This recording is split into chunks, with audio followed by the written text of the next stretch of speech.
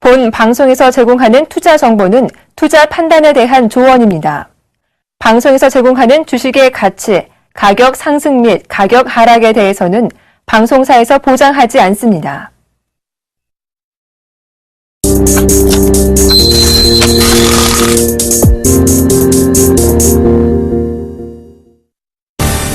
지난달 국내 기업들이 유상 증자를 통한 자금 조달을 늘리는 반면에 회사채 발행은 줄인 것으로 나타났습니다. 경제 상황에 대한 소비자들의 심리를 보여주는 소비자 심리지수가 석 달째 108을 기록하면서 제자리 걸음을 걷고 있습니다. 삼성카드는 지난 20일 삼성 SDS 전산센터 화재로 서비스 장애가 있었던 홈페이지 접속을 정상화했다고 오늘 밝혔습니다.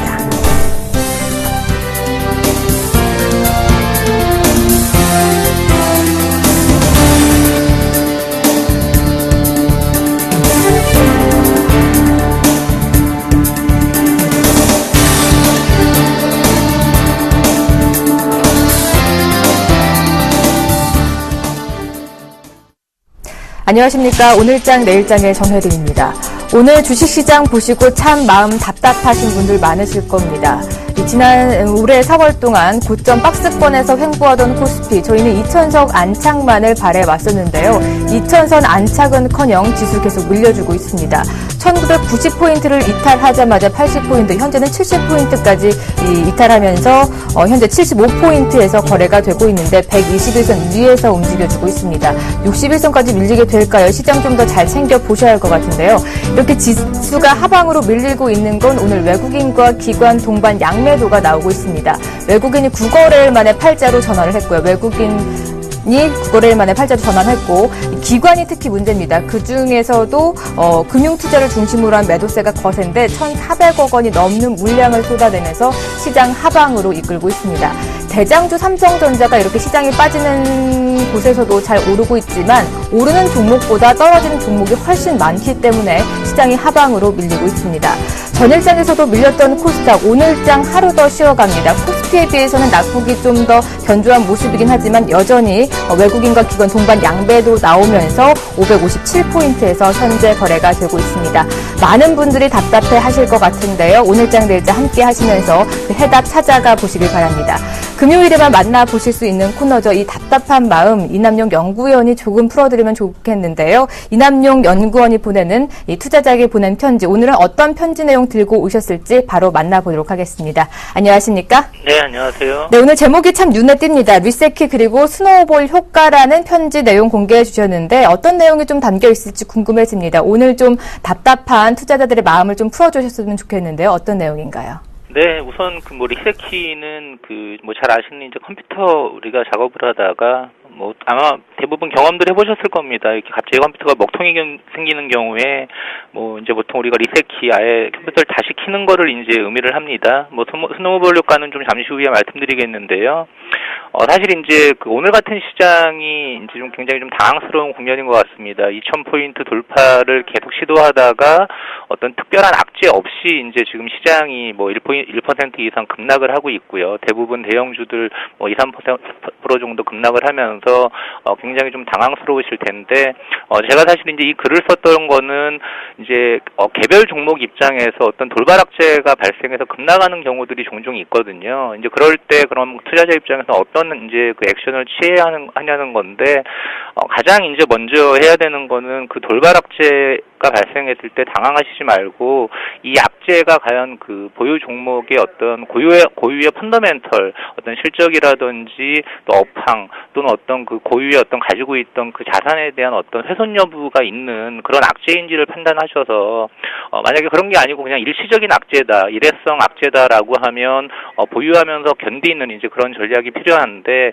돌발 악재가 발생했는데 이게 일시적이 아니고 추세적으로 기업 가치를 훼손시키는 악재라고 하면 우리가 컴퓨터에 리셋키를 누르시듯이 과감하게 이제 일종의 저희가 자주 얘기하는 이제 손절매라고 할 수 있겠죠. 일단 돌발 악재로 인한 손실을 제한시키고 나서 다음 대응을 하자라는 의미로 일단 그 리셋키를 누르자라는 표현을 좀 사용을 했습니다. 우선 돌발 악재가 발생을 한다면 더 큰 낙폭을 만회하기 위해서 손절매를 좀 잘하자, 리셋키를 잘 누르자라는 말씀이신 것 같은데요.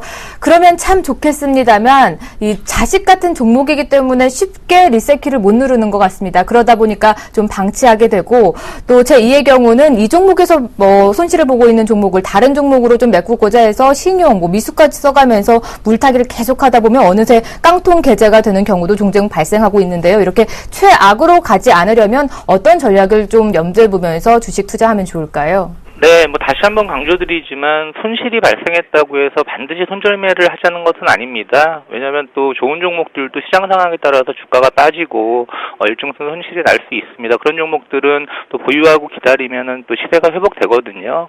제가 이제 말씀드리는 손절매라는 거는 돌발 악재 또는 악재가 발생했는데 이게 기업 가치 훼손을 지속적인 영향을 줄 수 있는 것들이 냉정하게 봤을 때 검증이 된다라고 하면 가감하게 손절매를 하셔야 된다라는 거고요.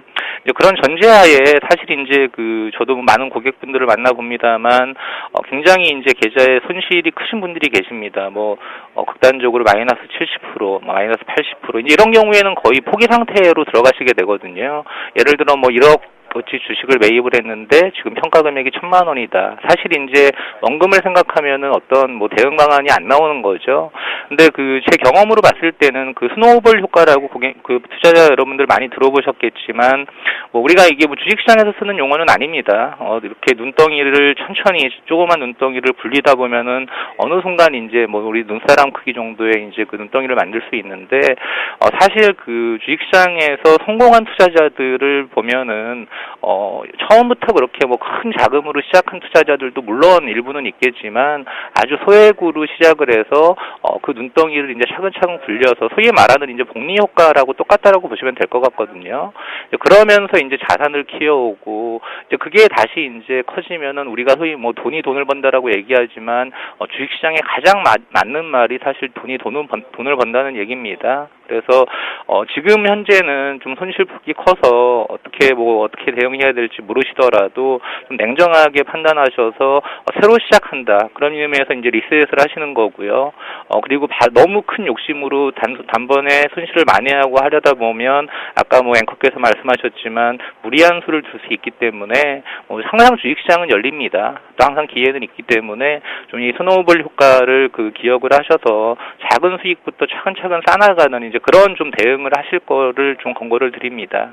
네, 성공 투자하길 그리 힘든 것 같지 않습니다. 리셋키, 손절매 잘 하시는 것도 중요하고요. 큰 욕심보다는 조금씩 자산을 늘려가는 이 스노우볼 효과도 잘 활용해 보시면 좀 성공 투자가 되지 않을까 싶습니다.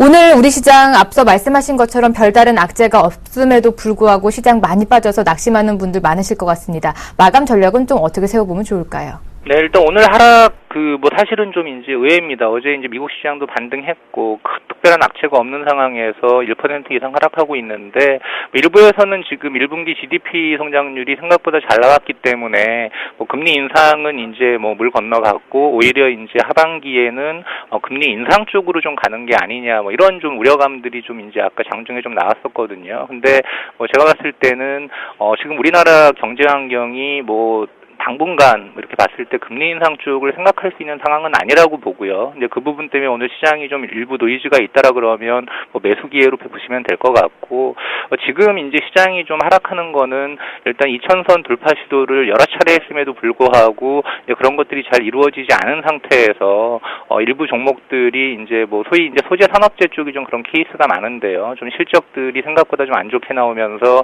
그동안 이제 또 보면은 상대적으로 많이 올랐던 쪽이 있습니다. 그런 쪽에 대한 차익 매물들 이런 것들이 좀 동시에 좀 쏟아지는 게 아닌가 일부 이제 환매도 있다라고 좀 보고 있습니다. 결국 제가 아까 리셋키를 말씀드렸는데 그러면 오늘 하락하는 모습 2000선에서 잘 버티다가 오늘 첫날 하락하고 있는데 이게 그러면은 추세적으로 하락하는 어떤 전조이냐 아니면은 일시적인 어떤 노이즈이냐 이거를 좀 판단을 해야 되는데 상당히 어려운 부분입니다만 지금 상황으로 봤을 때는 리셋키를 눌러야 될 정도의 어떤 그런 리스크 요인은 우리는 없다라고 판단을 하고 있거든요. 그래서 지금은 조금 의아한 이제 하락이 나타나고 있지만 조금 이제 시장을 좀 관망하면서 지켜볼 필요가 있다. 좀 이런 전략을 제시를 해드립니다. 오늘은 특별한 이유 없이 시장이 많이 하락하고 있기 때문에 조금은 관망하면서 대응을 해보자라는 말씀까지 주셨습니다. 오늘 말씀 고맙습니다.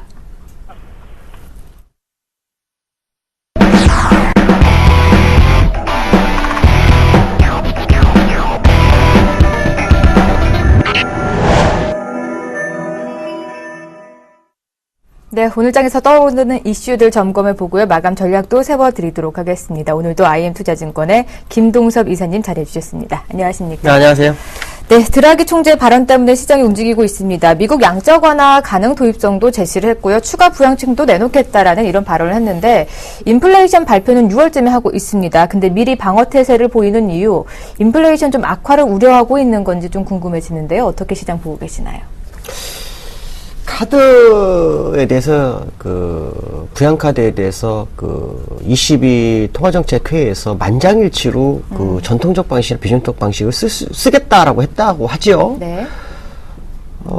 그렇다면 바로 써야죠. 그 시간을 왜 이렇게 끄는지는 모르겠습니다. 제가 볼 때는 시장에서 립서비스를 강화해서 좀 더 시장에서 어떤 물가 상승률이 이루어지는지를 좀 확인하려고 하는 것 같고요. 지금 드라기 총재는 카드를 다 쓰고 싶다고 하지만 제가 볼 때 카드 정말 쓸 수 있을까에 대한 의문이 좀 있습니다. 네. 왜냐하면 벌써 타이밍을 굉장히 많이 놓쳤고요. 지금 미국에서 테이퍼링을 진행하고 있어서 이달 말에도 테이퍼링 한 100억 불 할 수 있다는 얘기가 지금 나오고 있는 상황이거든요. 그래서 올해 오히려 미국은 유동성 공급을 줄이고 있는 판국에 마리오 드라기 총재는 유동성을 공급하겠다? 그럼 이건 도대체 뭐냐는 거죠. 하려고 그러면 벌써 올 초에 했거나 아니면 적어도 이번 22 통화정책에서 했어야 되는데 그렇지 못하고 있는 상황이죠. 네.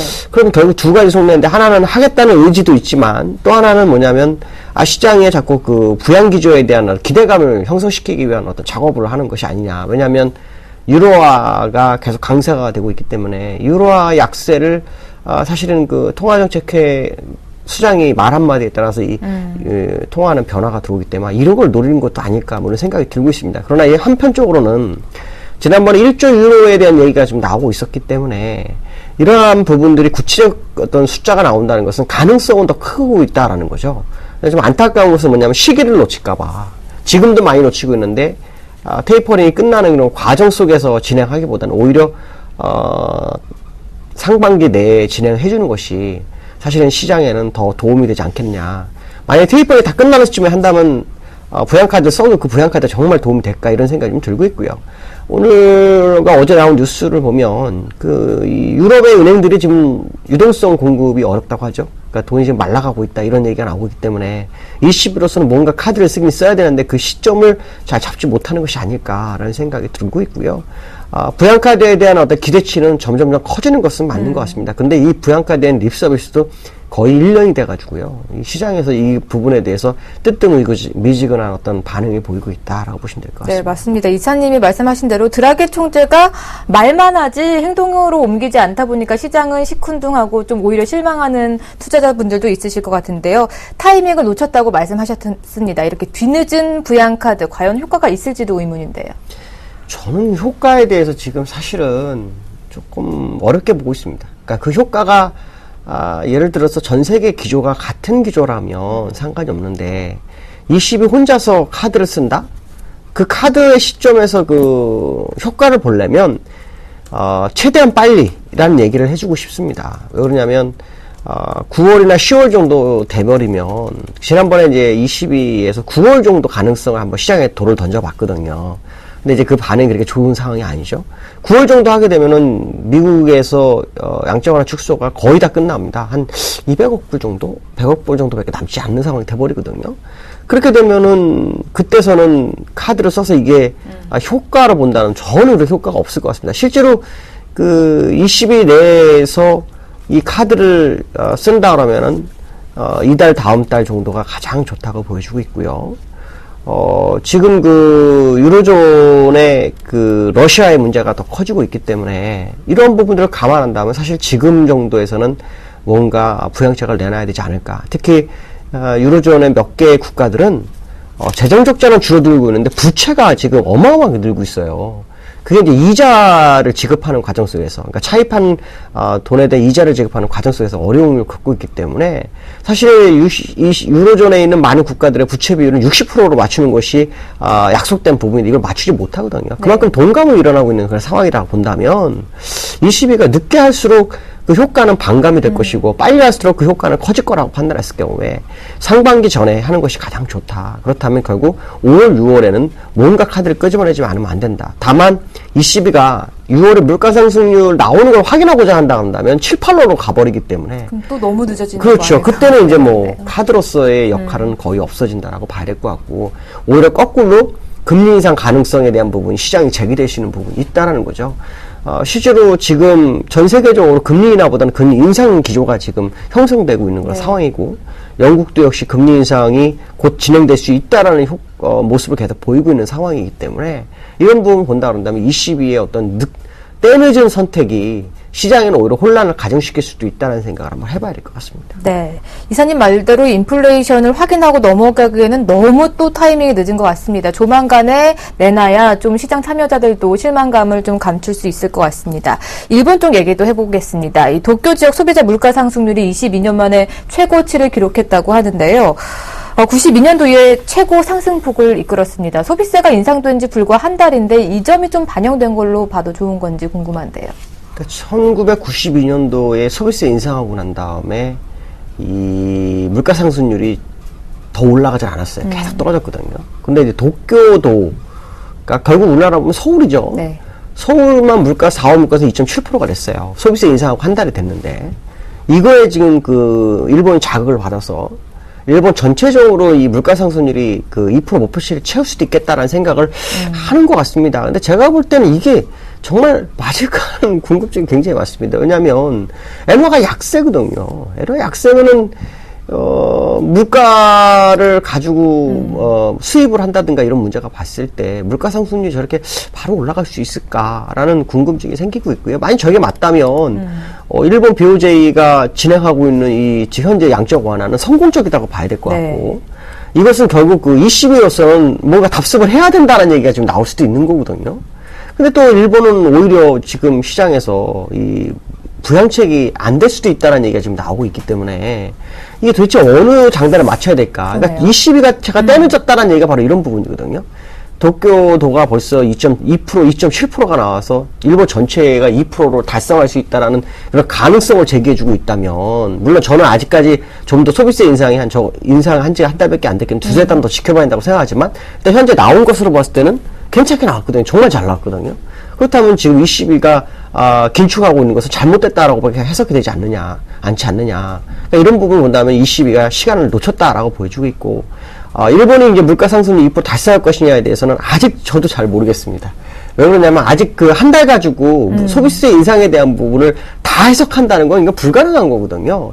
어쩌면 지난번에 소비세 인상 전에 들어온 어떤 그 수입품을 미리 소비하는 과정에서 약간 늦춰져서 가서 소비한 것이 지금 반영됐을 수도 있거든요. 왜냐하면 소비세 인상 전에 많이 지금 소비를 하자라는 분위기가 일본에서 팽배했었기 때문에 이 부분이 실제로 늦게 적용이 됐다면 이달까지는 충분히 물가 상승이 높아질 확률은 있죠. 그러나 두 달째나 세 번째 달은 아직까지 모르기 때문에 이 부분을 좀 지켜봐야 되지 않을까라고 판단하고 있습니다. 네. 물가 상승률은 너무 좋게 나왔고, 그리고 무역 수지는 계속 적자 상태가 이어지고 있습니다. 물가만 오른다고 해서 좋은 것 같지 않은데요. 이렇게 무역 수지가 계속 적자 상태라면 아베노믹스는 결국 실패의 길로 접어든 것 같은데 어떻게 보고 계시는지요? 그러니까 물가 상승률로 보면은 성공적인데 문제는 뭐냐면은 무역 적자가 계속 나거나 경상수지 적자가 난다 그러면 이건 성공이 아니죠. 네. 왜냐하면은 엔화 약세를 통해서 수출 기업을 살려주고 그 기업이 살아서 결국 임금 인상을 하고 임금 인상에 소비를 늘려야 되는데 지금 계속 무역 적자가 나오고 있는데 어떤 기업이 임금 인상을 할 것이며 어떤 기업이 임금 인상을 함으로 인해서 개인들이 그 소비를 하겠냐 이렇게 판단한다면 지금 도쿄도의 그 2.7%가 정말 믿겨지지 않는다. 저는 지금 그런 생각이 들고 있고요. 무역 수지가 아시겠지만 28개월째 지금 20개월 이상 지금 적자 진행이거든요. 그것도 적자폭도 기하급수로 늘고 있어요. 그럼 그들이 말하는 물가 상승이 도대체 뭐냐 이거예요. 식료품이나 뭐 이런 것들 쪽에 포인트가 맞춰진 거 아닐까를 생각한다 보면 제가 볼 때 오늘 도쿄도 2.7%하고 무역수지 적자하고 비교해서 따져본다면 도대체 이거 맞지가 않는다. 그렇기 때문에 제가 아까서 말씀드린 것처럼 미리 수입을 많이 했던 거를 그 소비세 인상 전에 소비하는 과정 속에서 약간 늦게 소비한 것까지 지금 반영이 된 거 아닐까. 이런 얘기를 해드리는 것도 바로 이런 부분이라는 거죠. 그렇기 때문에 아마 아베노미스가 성공했다고 보기에는 굉장히 좀, 불확실하고 또 실패했다고 보기에도 아주 불확실성이 있는 그런 상황이죠.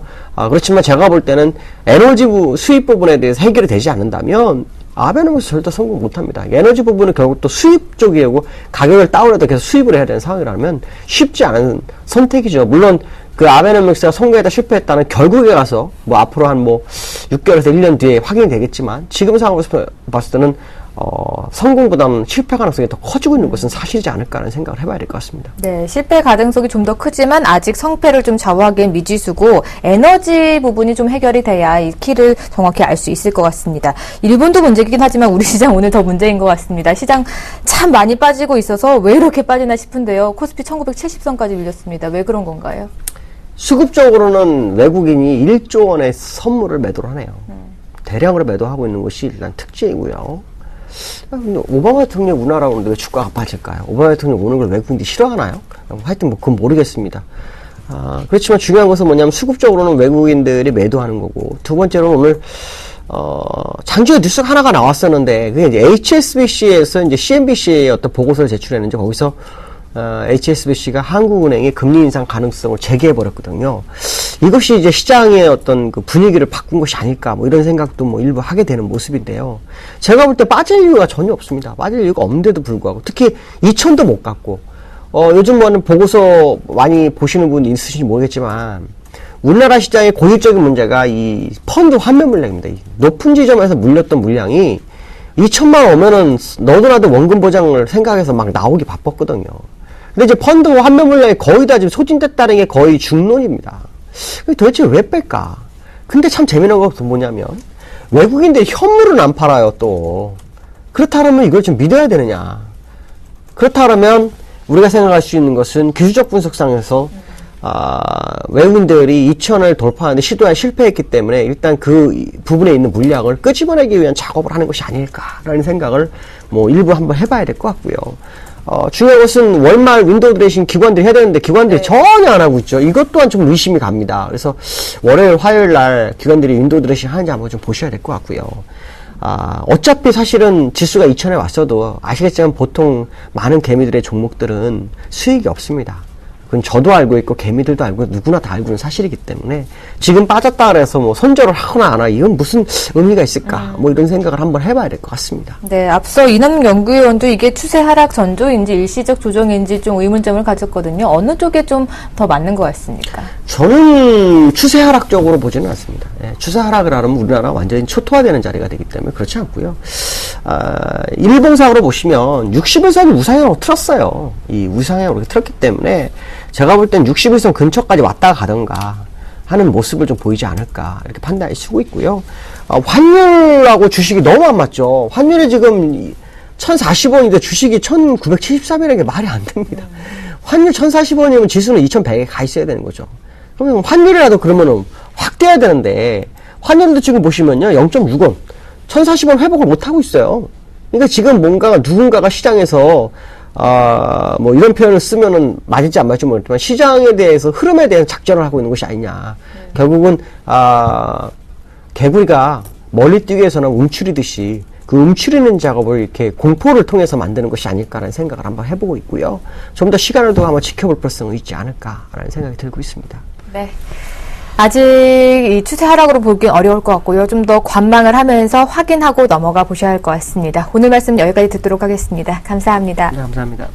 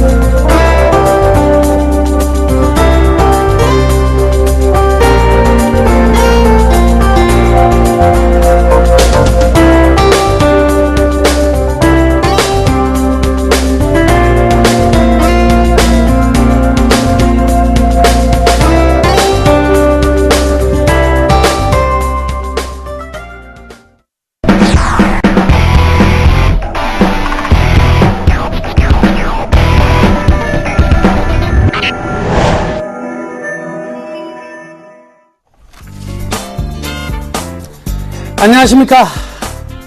40분 남았네요. 오늘 장 끝나려면. 자, 시장이 많이 떨어지고 있습니다. 갑자기 시장이 확 떨어지니까 이 또 무슨 일이고 이렇게 걱정을 하시고 계신 분이 있는데, 지금은 하루하루의 변화들 꽤 재밌는 게 많이 있는 것 같습니다. 특히나 오늘 같은 경우에는 외국인들이 선물해서 매도를 하고 있습니다. 그에 따라서 빠져나오는 게 뭐냐면 프로그램 매도죠. 프로그램 매도를 제외한다면 외국인들 아직도요, 지금 매수 기조는 바뀐 게 없다. 다만 이 부분은 하나 있어요. 기관이 연 3일 코스닥에서 매도하고 있다는 것과 외국인이 연 이틀 매도했다, 전일까지. 근데 오늘 또 매도하고 있는 모습을 본다면 분명히 코스닥의 어떤 좀 리스크는 좀 커지고 있는 것이 아닌가. 그런데 그럼 코스닥의 리스크가 커져야 되는데 왜 거래소가 20포인트씩 이렇게 떨어지느냐? 삼성전자가 올라가고 있죠. 삼성전자가 올라가고 있다면 그 부분을 빼면은요, 거래소 체감은 훨씬 더 큰 상황이죠. 그래서 이 부분을 하나 생각을 해 두셔야 됩니다. 중소형주 코스닥이 갔다가 떨어질 때 바로 대형주로 옮겨가느냐? 그건 아니에요. 그쪽이 심리가 떨어진다면 이쪽 거래소도 개인들 선호하는 종목들은요, 다 똑같이 충격을 받아요. 즉 개인들의 대부분의 종목들 충격을 받고 나서 이 부분에서 누구의 힘으로? 기관, 특히 증권사와 연기금에, 그리고 외국인들의 강력한 매수로 새로운 재판이 짜여지고 나서 올라간다. 제가 한 3월 달부터 계속 말씀해 드렸던 내용이 있는데 혹시 기억하고 계신가요? 올해의 승부수는 어디서 나오냐? 1분기 실적 발표 전후에서 나온다 그랬습니다. 지금 발표가 계속 되고 있죠. 왜 이러한 시장이 흔들리는 모습이 나오느냐? 실적 발표에 따라서 종목별로 완전히 새로운 개편이 일어나고 있기 때문에 그렇습니다. 그 속에서 따라가면서 매수할 필요가 없고, 누가 많이 들고 있습니까? 개인들이 많이 가지고 있는 종목들은 철저히 눌러서 매수한 다음에 본격적으로 추진력 있는 매수 강세로 만들어 갈 것이다, 이렇게 보시면 되겠습니다. 그래서 흔들리는 것도요, 잠깐이니까 우려하실 필요는 없다. 먼저 이렇게 설명해 드릴게요. 자, 오늘 장 특징주 어떤 종목 가져왔냐면요, 현대차 가져왔습니다. 현대차가 전일도 하락하고 있고 오늘도 한 2.27% 하락하면서 23만 6천 원까지 떨어지고 있는 상황인데요. 그 이유는요, 실적 발표를 했는데 이 1분기 실적이 예상치보다 좀 안 좋게 나왔어요. 원래 예상치는 매출액이 한 3%대, 그리고 영업이익이 6%, 그리고 순이익이 한 9% 정도 증가할 것으로 생각을 했었는데 사실은 거기에 미치지 못했다, 이렇게 봐야 되겠죠. 현재 수급 동향을 좀 보면 재밌는 게 하나 있는데요. 이런 거에서 우리가 이 종목의 평균 단가 그리고 적정 주가는요, 우리가 계산하지 않고도 일정 부분 생각해 낼 수가 있습니다. 어떤 측면이냐면 3월 말에 이 현대차가요, 얼마이든 23만원대 왔다 갔다 했어요. 그러다가 4월 초까지 25만원대까지 한 10% 올라갔는데 23만원에서 25만원 올라가는 구간에서는 외국인들은 계속 매수했습니다. 외국인들이 23만원대부터 계속 매수했고요. 그리고 25만원까지 땡겨주었고, 반대로 기관은요, 23만원대부터 팔기 시작해서 25만원대까지 팔았어요. 그러고 나서 23만원이던 주가가 25만원 올라갔다가 24만원, 즉 23만원과 25만원의 정중앙이죠. 24만원대가 딱 오니까 신기하게도요, 파는 외국인도 사는 기관도, 사는 외국인도 파는 기관도 없는, 전부 다 관망 상태로 쭉 느려지더라. 이게 무슨 소리일까요? 대부분의 기관과 외국인 모두가 24만원이라는 금액이 현상에서는 적정한 수준이다라고 인정을 하고 있다는 거죠. 이런 부분을 가지고 우리는 계산해내지 않더라도 이 정도 가격을 적정 주가로 생각하고 있구나라는 것을 우리는 미리 유추해 볼 수가 있겠습니다. 그러면 현재 24만원 순간적 깨진 부분이니까 이쪽에서는 자기네 어떤 판단에 의해서 매도하고 있는 부분이 있겠죠. 늘 말씀해드리지만 기관이 매도한다고 해서 종목이 이거 실적이 별로 앞으로 안 좋은가 보다, 이런 거 아니라 그랬습니다. 기관, 특히 뭐 연기금도 마찬가지고요. 기간 100날 따라봤다냐 봐야 1년 내도록 해도 2.6% 벌려면 그거 따라 하시는 게 맞다고요. 근데 우리는 투자 전략이 다르잖아요. 그죠? 그러니까 기관이 판다고 해서 기관이 안 좋다고 파는 것도 아니고 좋다고 파는 것도 아니고 다양한 전략 속에 자그마한 것일 뿐이다. 그런데 이거 하나는 확실하죠. 기관은요, 특히 투시는요, 사고 팔 때 싸게 사거나 비싸게 파는 경우는 없다. 왜? 자기 돈 아니니까. 그것보다는요, 금액 대비 펀드 매니저의 숫자가 작아요. 그럼 언제 이걸 갖다 비싸게 팔고 싸게 팔고 하겠습니까? 종목을 가지고 있느냐 없느냐가 더 중요한 부분이기 때문에 던질 땐 시장가 매도, 살 때 시장가 매수예요. 그러니까 시장의 충격은 어때요? 종목 충격은 크게 나타나는 거죠. 그러니까 그런 충격에 의해서 여러분들이 심란해 하시거나 하실 필요는 없다. 이렇게 볼 수가 있겠습니다. 현재 수급 동향으로 봤을 때 24만 원은 그네들의 적정한 수준의 가격이다라고 인정받고 있는 부분이라는 거. 요거 하나 기억해 두시고요. 자, 1분기 실적을 살짝 리뷰를 해보면 좀 재밌는 게 있습니다. 자, 매출액이 21조 7천억 나왔고요. 영업이익이 1조 9천억, 그리고 순이익이 2조가 나왔는데, 재밌는 사실은, 판관비가 비중이 굉장히 많이 증가됐습니다. 판관비 비중이 많이 증가되다 보니까 매출액 대비 어떠해요? 이익 측면이 많이 줄어들었죠. 판관비라는 것은 결국 이제 이익에 관여되는 부분이니까 이익으로 많이 좀 영향을 주었는데, 재밌는 사실은 우리가 현대차에서 제일 우려했던 것은요, 이 판관비의 우려가 아니죠. 어떤 부분일까요? 내수 침체 플러스 환율의 부분이었는데 워낙 강세, 그죠? 근데 내수와 이 환율 부분에서는요, 이번 실적에 거의 충격이 나오지 않았다는 거죠. 어떤 것을 의미할까요? 환해지가 굉장히 잘 되어 있고, 그 환율의 리스크를 다른 마켓 쉐어의 점유로 차지하고 있다는 것을 알 수가 있습니다. 이런 부분들은 굉장히 중요한 부분이었다. 이렇게 볼 수가 있겠네요. 자, 향후 전망을 좀 보자면은요, 이미 이 제네시스와 그리고 신형 소나타의 판매량이 의외로 굉장히 좀 양호한 상태다. 이렇게 볼 수가 있겠습니다. 근데 이게 우리나라뿐만이 아니고 이제부터 계속 어떤 미국 출시죠? 그리고 글로벌 전체적으로 이, LF 소나타가 다시 이제 계속 수출이 진행될 거란 말이죠. 근데 2차 신차 효과가요, 굉장히 크게 나타나는 지금 2분기, 3분기가 될 것이다. 이렇게 봐야 되는데, 특히나 중요한 점은 바로 미국 시장입니다. 미국 시장의 제네시스와 그리고 소나타의 신규 출시가 굉장히 반응이 좋거든요. 그럼 신차가 나오면 지금 동급에서 신차가 2011년 이후에 전 그 자동차 회사에서 나온 게 없어요. 그러니까 이 신차는 굉장히 센세이션을 일으키고 인기가 굉장히 많으면 중간에 파는 딜러들이 있겠죠. 그 딜러들한테 인센티브를 조금만 줘도 돼요. 그러면 차는 잘 나가죠. 차는 잘 팔리죠. 인센티브는 조금만 주면 회사의 이익은 어떻게 해요? 커지죠. 이 커지는 게 전부 다 어떻게 해요? 환율의 원화에 대한 강세 부분을 상쇄시키고도 분명히 남을 것이라는 거죠. 그럼 전망은 굉장히 좋네. 그렇습니다. 자, 그래서 2분기 대부분 이제 기관들의 어떤 예측치를 쭉 모아가지고 제가 이제 평균적으로 산정을 해서 전망을 좀 해봤는데요. 2분기 영업이익은 한 2조 3,500억 정도 나올 것 같습니다. 뭐 많이 나온다고 집계하고 있는 데는 2조 한 5천억, 작게 나온 데는 2조 3천억 정도 이렇게 이야기를 하고 있는데, 저는 2조 3,500억 정도가 나올 것으로 생각합니다. 그러니까 이번 분기보다는 분명히 좀 좋을 것 같고요. 한 15% 정도의 순이익 증가는 분명히 나올 것으로 이제 기대를 하고요.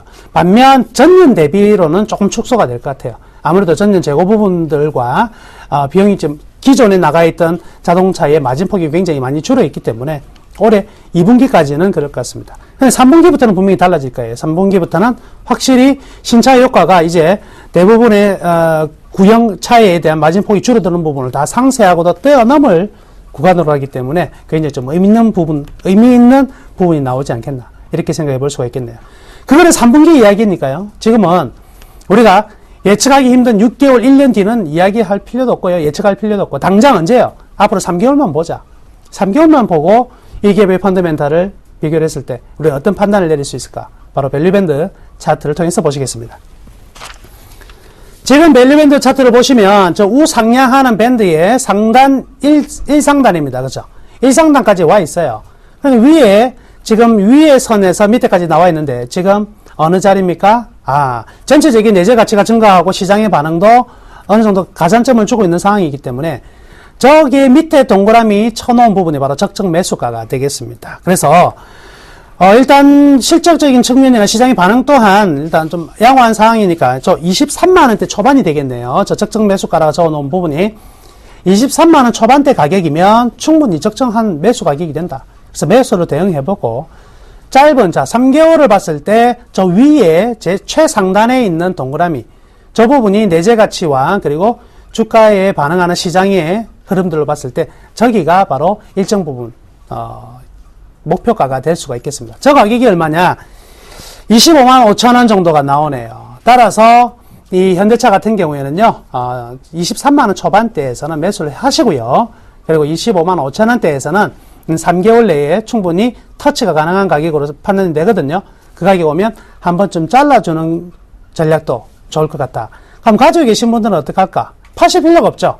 지금은 23만원대 진입이 되었기 때문에 매수 타이밍을 찾는 관계인데 매도 타이밍은 아직은 아닙니다. 계속 보유하셔도 될 것 같습니다. 그래서 현대차 계속 보유 또는 23만원 초반에 매수해보자. 이렇게 말씀해 드리겠습니다. 이 현대차라든지 오늘 시장이 굉장히 많이 흔들렸는데요. 궁금한 점이 굉장히 많을 수도 있습니다. 이럴 때는요, 이번 주 일요일 날 제가, 세미나를 합니다. 그래서 일요일 날 오프라인 오후 2시에는 압구정동에서 하고요. 그리고 밤 9시에 아시죠?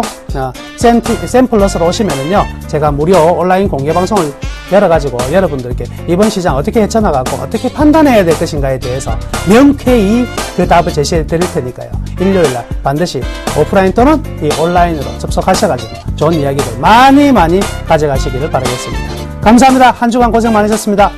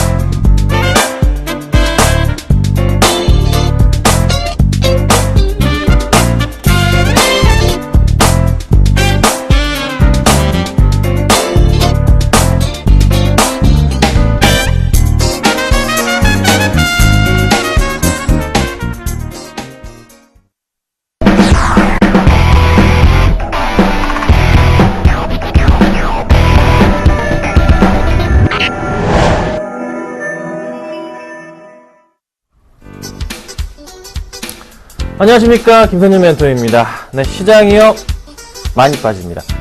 제가 정말 계속 말씀드렸죠. 2주 동안 진짜 이거 하나밖에 제가 안 떠들었습니다. 시장 저도 모르겠다, 그러니까 현금 확보 하자, 올라가면 좋은 거고 떨어지면 싸게 잡으면 그만이다 말씀 계속 드렸습니다. 기억하셔야 됩니다. 현금 비중이 엄청나게 높은 거 알고 계시죠? 계속 현금 확보, 관심보다 관망, 맨날 이것만 제가 떠들었잖아요. 어제도 떠들었고 이번 주 내내 현금 얘기했습니다. 자, 시장 어떻게 됐습니까? 1973포인트입니다. 코스닥 555포인트까지 내려와 버렸습니다. 적중을 했죠? 이제 어떡합니까? 제 방송 보고 따라오시는 분들 뭐죠? 이제 쇼핑 시장입니다. 네, 이제부터 제대로 종목 살펴보고 추천을 해드릴 건데, 확실한 것은 실적 발표가 끝난 이후, 그리고 실적 수급이 살아 들어오는 종목들 위주로서 다시 추천을 드리면서 수익을 제가 또 빵빵빵 내드릴 겁니다. 자, 대형주 중에서 지금 제가 갖고 있는 게 뭐가 있죠? SK하이닉스 지금 7% 나오고 있죠. 오늘 소폭 빠지고, 그 다음 하나 뭐죠? 제일기획. 오늘 어떻게 되고 있습니까? 시장이 이런데 2.5%, 2.7% 나홀로 독주합니다. 자, 이런 종목 뭐가 있죠? 수급 이슈, 실적 이슈 항상 말씀드렸죠? 제발 부탁드리는데 10%씩 매수하셔가지고 그냥 따라오세요. 네, 저는 정말 제대로 된 선장입니다. 여러분 아시죠? 네, 자부합니다. 그러니까 걱정 마시고 잘 믿고 따라오시면 될 것 같습니다. 자, 수급 100점 줘보도록 하겠습니다. 자, 오늘 가져간 종목들입니다. 하이닉스, 삼성전자, 대우조선해양, 삼성전기, SK브로드밴드인데요. 오늘 추천주가 하나 있습니다. 이 중에 한 종목 아니고요. 끝까지 보시고 집중하시면 네, 가져갈 수 있으니까 잘 보시면 될 것 같습니다. 자, 먼저요. 네, SK 하이닉스인데요. SK 하이닉스가 오늘장에서도 수급이 굉장히 좋습니다. 양매수 또 들어오고 있습니다. 지치지 않는 수급, 시장 대비해서 잘 버티는, 지금 시장이 약간 흔들리니까 약간 종목이 주춤하는 거지, 살 게 사실 이거밖에 없었어요, 시장에서. 근데 서서히 살만한 게 1분기 실적을 발표하고 나니까 살만한 것들이 생기니까 그래도 다른 종목들이 상승을 해주고 있는데, 자, 오늘 가지고 나도 그런 종목이고요. SK하이닉스가 어떻게 될까요? 자, 오늘 수급 보겠습니다. 자, 오늘 수급은요, 외국인 45만 주 매수, 기간 7만 천주. 자, 이게 오늘 수급이고요. 최근의 수급 볼게요. 최근의 수급 보이시죠? 네, 여기서부터 4월 16일부터 하나, 둘, 셋, 넷, 7일. 오늘까지 해서 며칠입니까? 오늘까지 8일 연속 순 매수가 현재 들어오고 있습니다. 개인 물량만 빼주고 있는. 개인 물량 이 개인 물량들이 어떤 게 좋다 말씀드려요. 제가 항상 말씀드리잖아요. 이 개인 물량이 이쪽으로 이동하면은 그냥 장땡이라고 말씀드리잖아요. 그게 나타나고 있잖아요. 지금 계속. 연기금 보세요. 네. 기간 다 산다고요. 정말 좋은 흐름입니다. 지치지 않을 겁니다. 더 갈 거고요. 목표가 제가 얼마까지 올렸죠? 4만, 네, 2천원까지 일단 올려놨습니다. 잘 들고 가시면 되겠다 말씀을 드리고, 흔들리지 마십시오. 부탁드리는 거는 흔들리지 마시고, 10%씩 공략, 변하지 않는다는 거 기억하시면 됩니다. 자, 그 다음 이겁니다. 삼성전자입니다. 네. 오늘 시장에서요, 외국인들이 굉장히 많은 물량을 사주고 있어요. 약간 지금 오장대로 주춤하고 있긴 하지만, 그래도 나쁘진 않은 흐름이에요. 제가 보건데 조금 더 상승 쪽에다가 베팅을 해도 되겠지만, 근데 제가 항상 강조드리는 건 125만원 아래 깨지면 사고 140만원 초반대 되면 팔아야 된다를 제가 이거를 진짜 1월 달부터 계속 말씀드렸던 겁니다. 아시죠? SK하이닉스는 제가 뭐 39,000원 4만원대 팔아야 된다 얘기하다가 바꿔서 다시 이번에는 간다 바꿨잖아요. 또 제가 말씀을. 근데 아직 삼성전자 저는 유지합니다. 그래서 지금 시점은 아직 조금은 불안할 수도 있는 부분이긴 하지만 그래도 상승 쪽의 움직임이고요. 수급적인 부분도 오늘 장에서 네, 외인들이 굉장히 많은 물량 금액으로 볼게요. 자, 1620원치 20억 원을 사고 있어요. 1621억을 지금 사주고 있어요. 자, 오늘 코스피의 수급 상황 볼까요?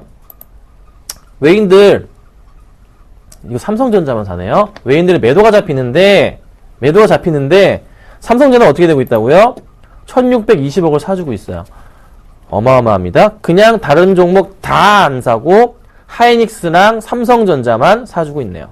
그쵸? 자, 그래서 요 흐름 나쁘진 않은 것 같아요. 좀 더 지켜봐야 되겠지만 이번에 만약에 21선 깨고 내려가는 포인트는 137만원대인데 요 포인트 내려가면 조금 위험하겠지만 아직은 괜찮다라고 말씀드리겠습니다. 자, 그 다음에 이 종목입니다. 자, 제가 다시 이 종목을 주목하고 있습니다. 대우조선해양입니다. 이걸로 한 3번인가 먹었죠? 5%, 6%씩 이렇게 막 먹었어요. 수익을 계속 냈어요. 이번 종목 다음 주 월요일이나 화요일 날 반등을 주면서 수급이 오늘처럼 또 들어와 버리면 매수 사인을 드릴까 합니다. 지금은 아닙니다. 네. 확실한 것은 저는 굉장히 좀 안정적 운영하는 스타일이기 때문에 한 번 더 보자는 거죠. 그래서 다음 주 월요일이나 화요일 날 추천이 나갈 수도 있고 안 나갈 수도 있어요. 수급을 보고서.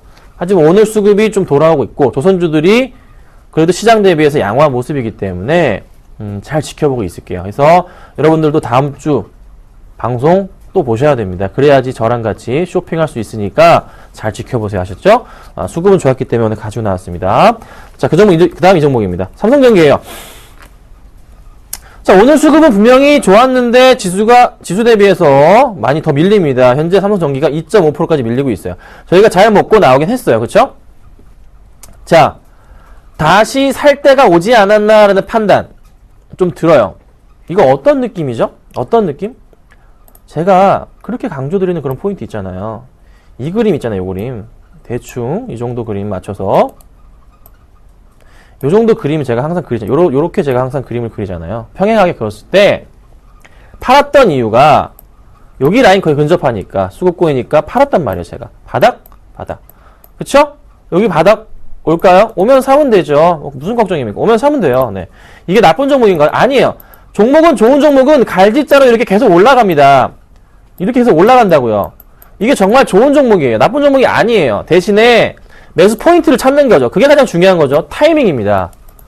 이 타이밍이 올 때까지 기다릴 뿐입니다. 오늘 수급은 좋습니다. 수급은 좋은데 이렇게 빠진다? 지켜볼만 하죠. 노려볼만 해요. 다음 주에 또 한 번 밀린다면은 정말 땡큐라고 제가 외치면서 매수 사인을 드릴 수 있는 종목입니다. 일단 수급이 괜찮았기 때문에 가지고 나왔고 관심 종목이기 때문에 제가 한번 가지고 나왔습니다. 자, SK 브로드밴드 마지막 종목입니다. 현재 들고 있습니다. 현재가 기준으로 마이너스 2% 정도 나고 있는 상황입니다. 오늘 수급 들어옵니다. 자, SK 브로드밴드를 추천드렸던 이유. 이거는 다른 방식으로 보는 차트 패턴인데요. 보자면 여기 바닥 포인트로 해서 항상 크게 반등을 줬던 기억이 있기 때문에 그 포인트를 노리고 이때 추천을 좀 드렸어요. 그쵸? 네. 좀 확대를 할게요. 이때 추천 드렸습니다.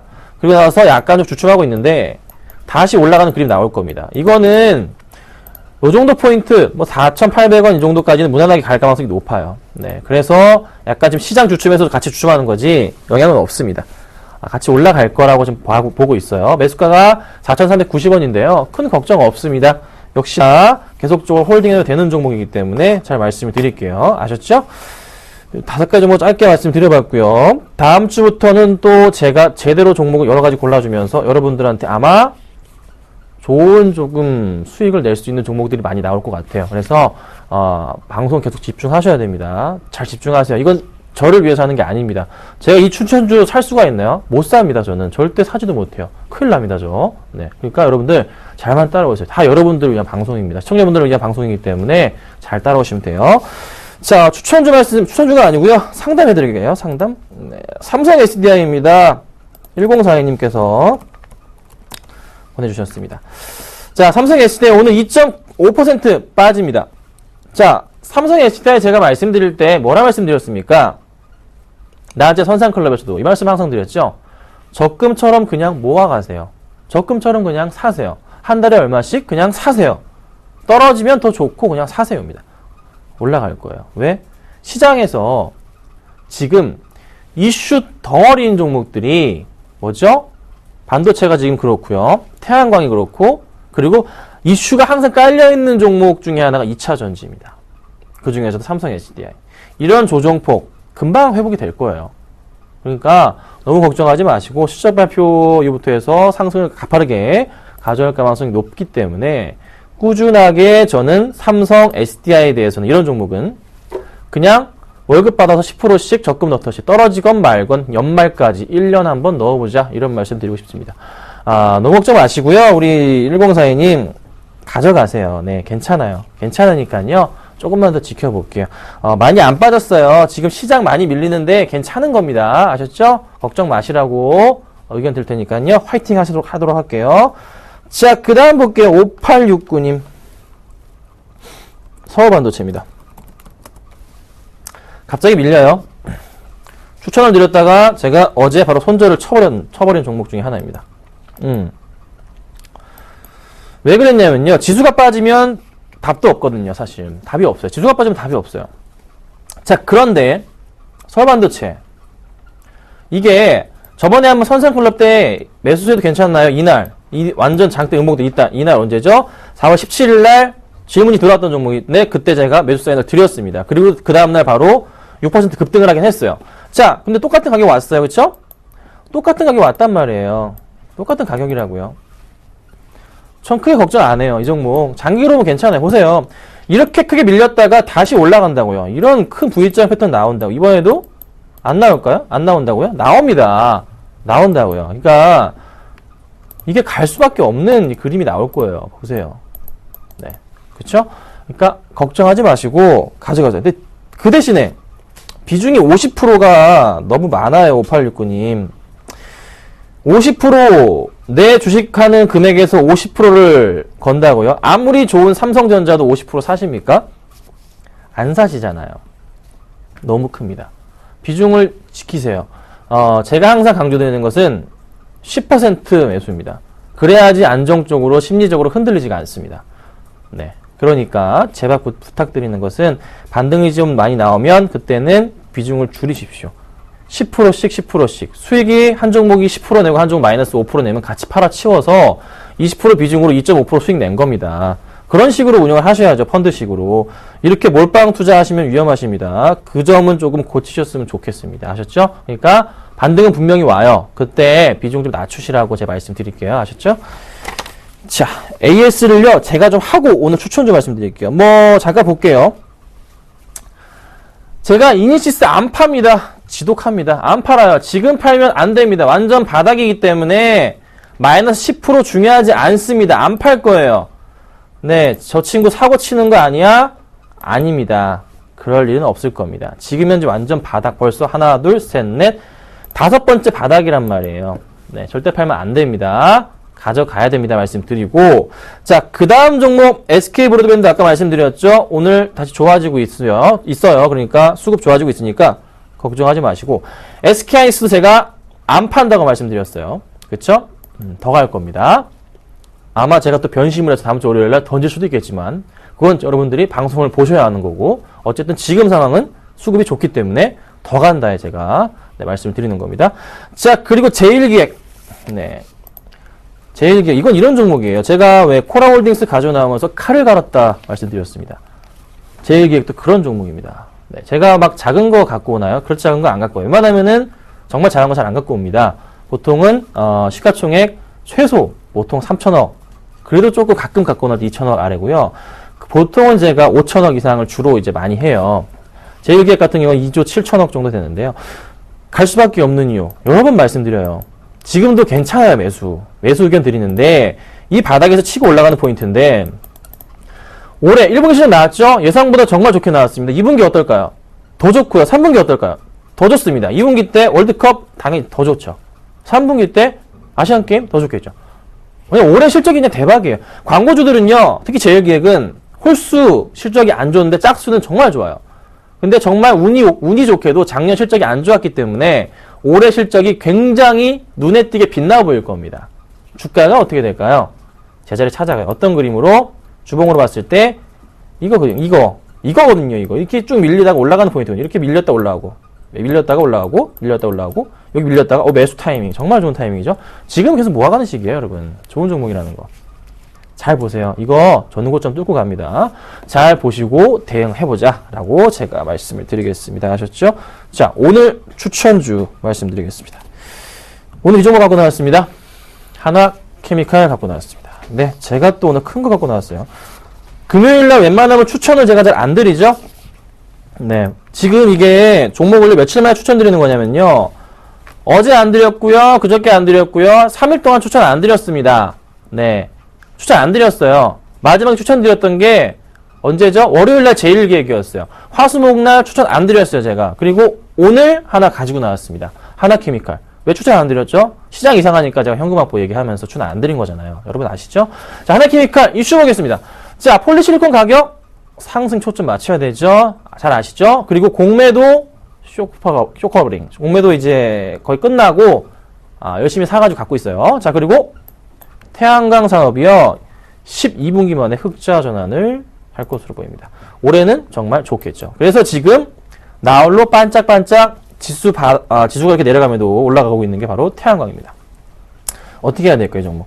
자, 수급을 보여드릴게요. 수급을 보자면은 좀 별로지 않나 이런 생각을 할 수도 있어요. 왜냐하면 외인들이 그냥 다 팔고 나가니까. 그쵸? 그런데 저는 이 기관들의 흐름에 초점을 맞추고 싶습니다. 기관들이. 그리고 공매도 물량 자체가 이젠 바뀌었으니까 매수로 주가가 상승 쪽으로 갈 거라 판단이 되고, 실적이 올해 워낙에 좋기 때문에 어떻게 될까요? 쭉 가는데 제가 항상 강조드리는 포인트 있죠. 이 차트 잘 보세요.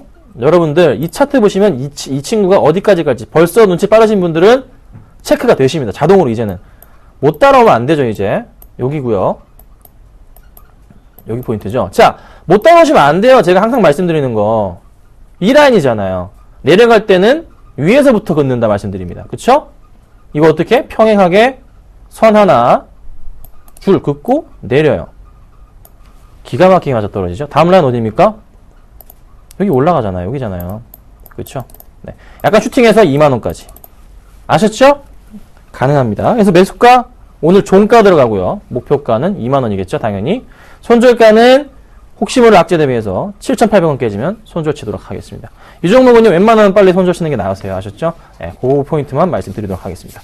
자, 오늘 하나케미칼 말씀드렸고요. 조금 있다가 3시 5분에 공개 방송에서 뵙도록 하겠습니다. 감사합니다.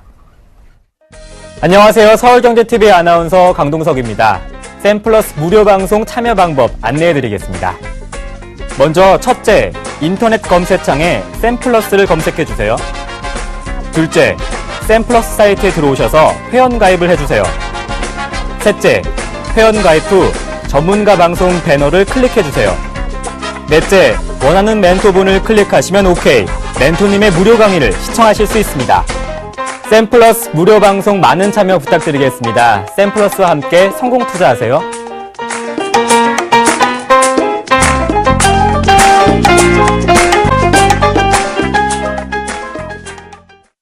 네, 오늘 기관과 외국인의 양매도에 우리 지수 맥을 못 추고 있습니다. 코스닥도 1% 가까운 조정 보여주고 있고요. 코스피가 1% 넘는 조정 양상이긴 하지만 그동안의 피로 누적이라고 생각하겠습니다. 오늘 하루 푹 쉬고 다음 주장 기대해 보도록 하겠습니다. 오늘 장 내일장 오늘 준비한 소식은 여기까지입니다. 시청해주신 여러분 고맙습니다.